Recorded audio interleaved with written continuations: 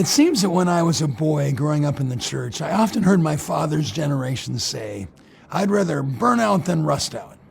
Okay, I get it. It was a call to stay fully engaged in ministry. But are burnout or rust out really the only two options?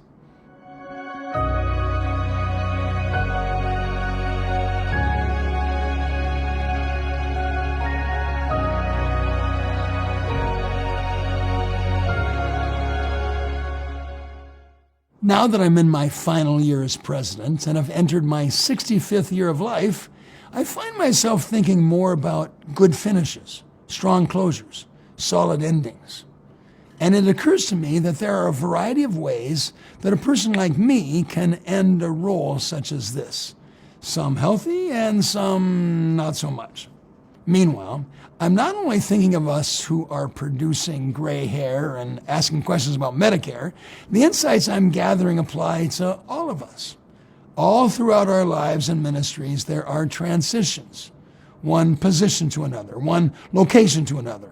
We shut down a program to launch a new one. One dream dies so another can be born. We finish a degree. Our kids graduate. They get married. We bury a loved one. Closure comes in many forms. So please look for personal applications for whatever season you're in, but allow me to continue from the vantage point of being just 7 months out from completing my final term. I've concluded that one reason good finishes are too rare is that we face so many alternatives. I plan to come back next month with a positive approach, but today I'm intentionally focusing on the wide array of negative options, such as one way to bring closure is we can stomp out, leaving in an angry manner. In speaking with other veteran leaders and observing the status of my own soul, I've made a surprising discovery. The closer to closure, the more frail our filter. Repressed anger only remains quiet for so long, and if depression hasn't suffocated the angry leader first, an outburst may complicate or corrupt the finish. It's Moses at the rock the second time, Numbers 20, remember? Moses' anger surges. "Listen, you rebels, must we bring water out of this rock?" Who's the we, Moses? God is robbed of his glory as Moses' fury flares. Rather than speaking to the rock as he'd been told, he raises his arm and twice strikes the rock. The leader looks virile, the water flows, the community drinks, and the Lord has a conversation with Moses, which marks the beginning of the end of his ministry. No one goes through decades of ministry or even months of ministry without some cause for anger. The remedy is a soft heart, and the pathway to a soft heart is forgiveness. And so I pray, Lord of mercy, help me keep forgiving along the way, even the offenses I felt I forgave long ago. Another option is to coast out. You've seen it, right? Perhaps you felt a temptation to do it. This is the leader that in their final stretch fades away. They give in to the voice that says, "You won't be here for that anyway. That's someone else's issue now. You've done your part." Have you heard the whisper? It's the voice of apathy, which I've been surprised to find hissing its way through my soul. Through the years, I've maintained a high level of commitment to this role, so I didn't expect to hear the hiss of indifference, such as when I'm in a meeting where we're discussing something that no longer has my name or reputation on the line. Wait a minute, was I just doing this for me all along? If I only care about an issue when my name is attached to it, what does that say about me? Yes, there is the temptation to coast out. I've been stunned to witness the magical disappearing act of some leaders in their final months. What's he doing? Driving Uber, remodeling his retirement home, getting a head start on the golf course? Kind people cover for him. The loyal staff carries on while the senior leader is gone AWOL. If you've heard the whisper, perhaps you'd pray with me. Jesus, you did some of your greatest work and taught some of your most powerful messages in your final week. Please help me not wander off the course before my final mile is complete. I've watched others pout out. You know what I mean? This is the too common response when someone is released from their role or pressured to leave. Whether they've been effective in their role is under debate, and the result is that defensiveness and pride kick in.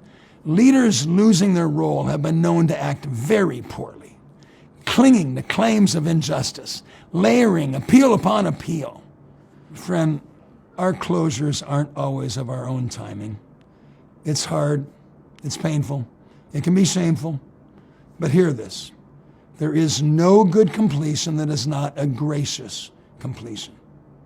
You may feel like you were wrongfully terminated. You may feel like you deserve better or were mistreated. Those are issues to deal with in your soul, but not in court, and not on social media, and not in a manner that divides the very ministry you gave a portion of your life to build. Hurt people tend to leave poorly and hurt other people along the way. It's my right to prove that I was right. Yes, perhaps, but remember, it's not wrong to accept that you were wronged and to move along graciously. I have an alternative to suggest to those tempted to pout out. It's not popular, but I believe it to be biblical and will lead to long-term health. Your health, the health of the ministry you've left, and the one you're someday entering. The unpopular biblical alternative, Hebrews 12:7. Endure hardship as discipline. God is treating you as one of his kids. The author of Hebrews goes on to say that the result will be a harvest of righteousness and peace. Tell me, is our pouting response producing a peaceful, righteous harvest? I'm weary of watching leaders who intentionally or unintentionally dismantle the very ministries they sought to build. You can bow out nobly or pout out ugly. King Saul knew that the kingdom had been given to David, but rather than initiating a humble succession, he clutched his role in a manner that makes all of us sad as we read the story. Ugly endings are still being written by those who've forgotten whose kingdom it is.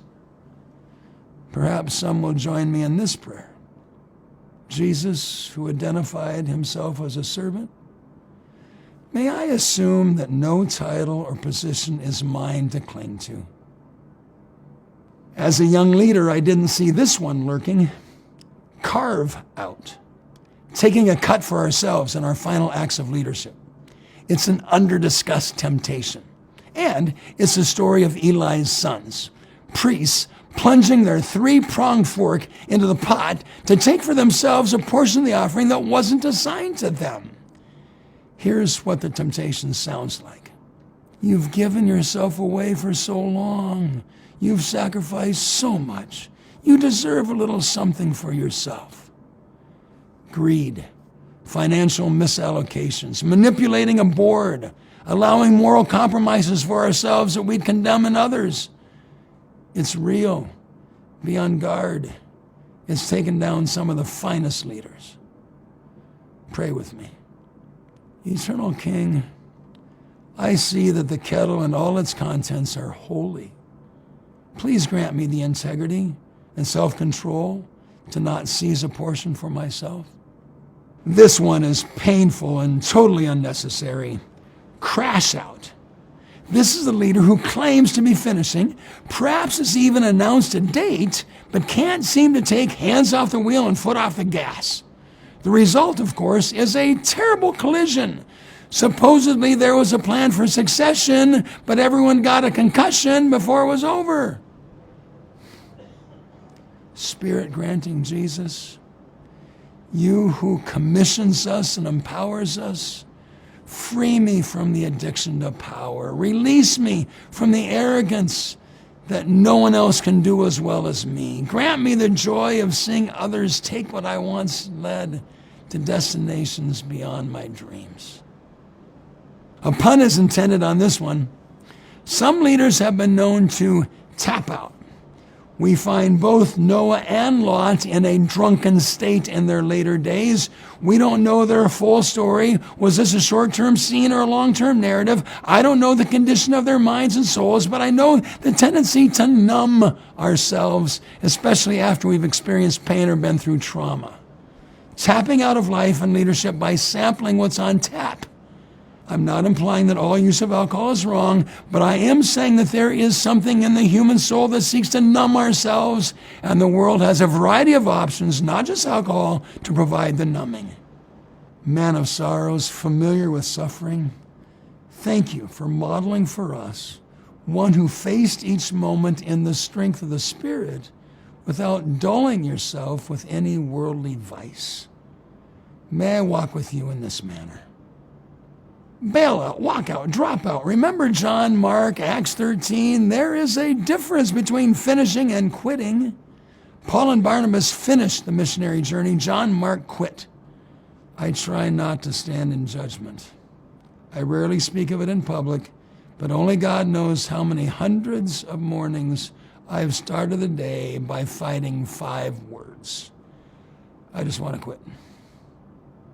The core, countering question is, Lord, have I completed my assignment? The work of the ministry is never done, but our contribution to it eventually is.